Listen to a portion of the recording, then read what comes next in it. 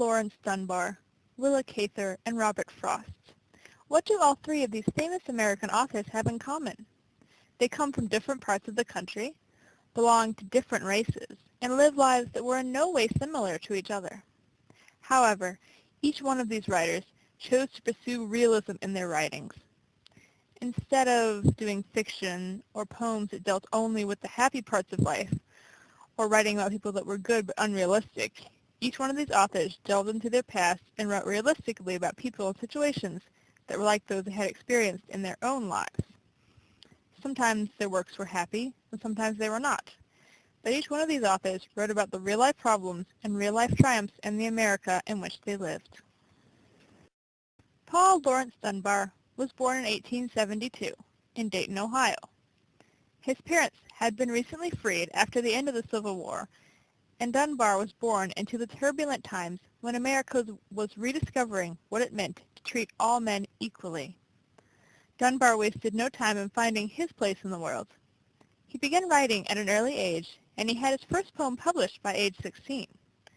Dunbar did not take time to bask in his early success, nor did anyone take very much notice of his work to begin with. He worked very hard to get through high school and then took low-paying jobs until he could become well-known as a poet.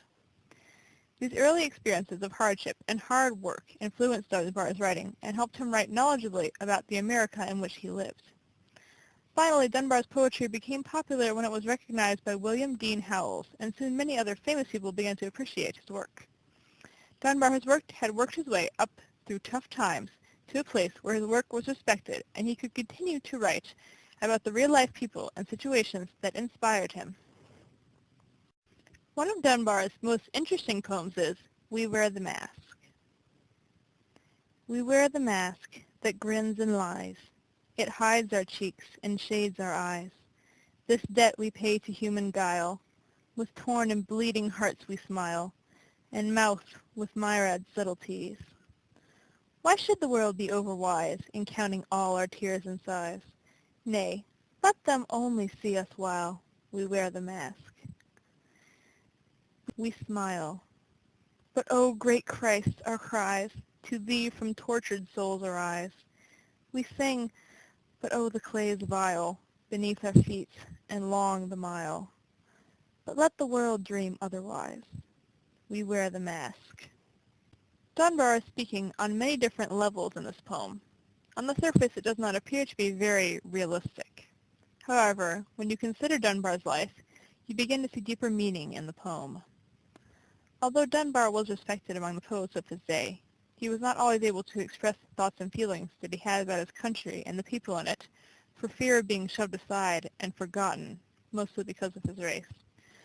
In order to be able to speak to a large audience and bring his heart for his race and for his country to many, Dunbar was forced to wear the mask that grins and lies, suppressing some of his true feelings in order to fit into the society of his day.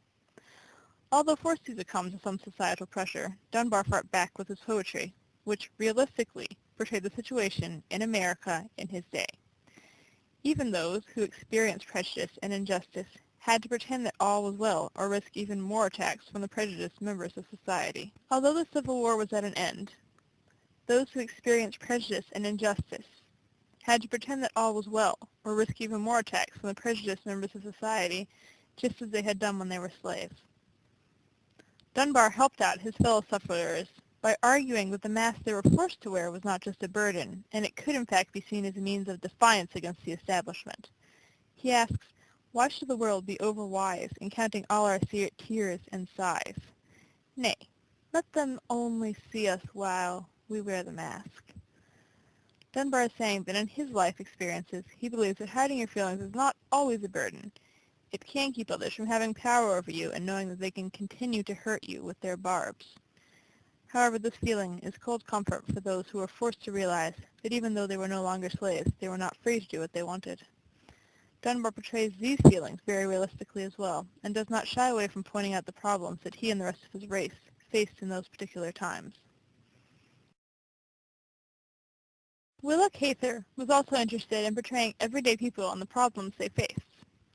Willa Cather was born in Virginia in 1873, but she moved to Nebraska when she was still quite young. She graduated from the University of Nebraska and moved to Pennsylvania, where her literary career began.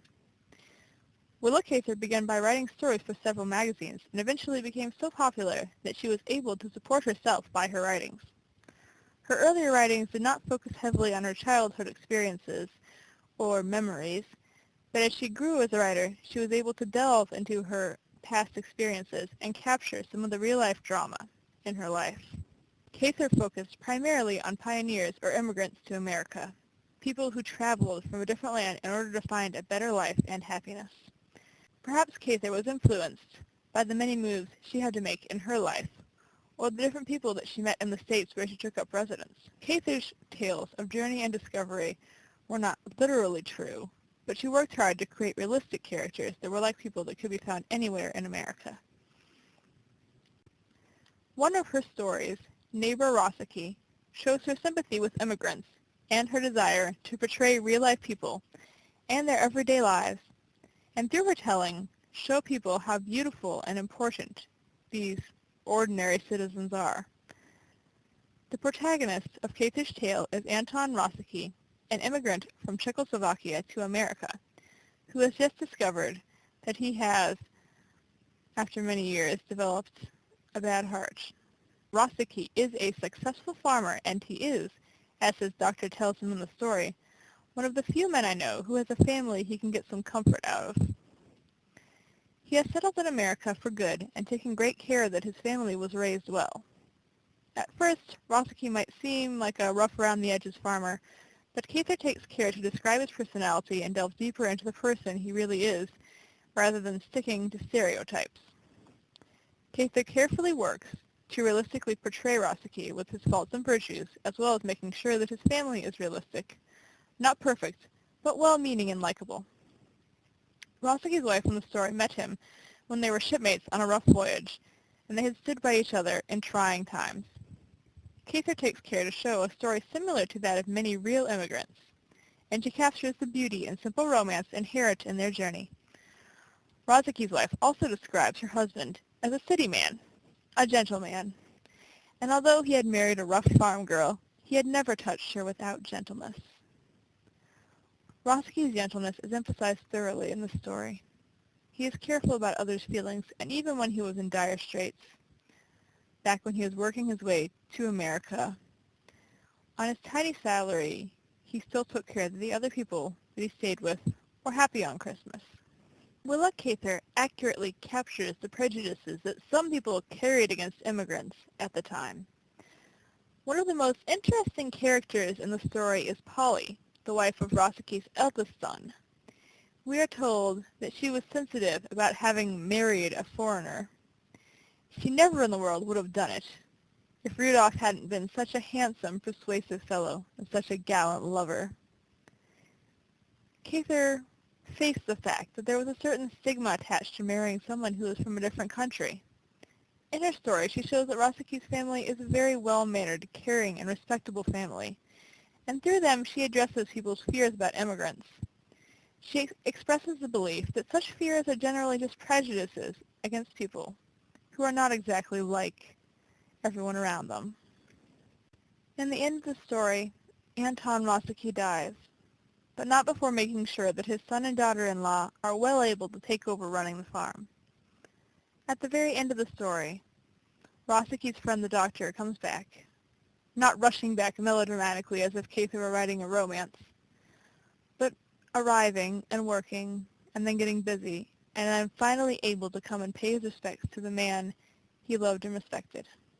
When he views Rosicky's grave by the wide pastures and under the dark sky, he feels that nothing could be more right for a man who had helped to do the work of great cities and had always longed for open country and had got to it at last. Rosicky's life seemed to him complete and beautiful. Cather says a great deal in this final summing up of Rosicky's life. Her entire story has emphasized the beauty and wonder of a normal life. She has not exaggerated Rosicky's accomplishments or made him out to be a perfect person.